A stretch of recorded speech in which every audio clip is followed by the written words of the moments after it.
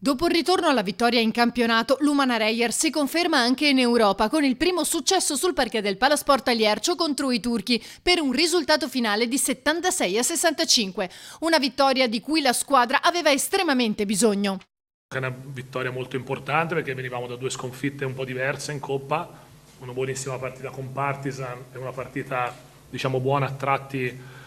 in Russia. Stasera abbiamo avuto invece molta continuità in difesa, credo che sia stata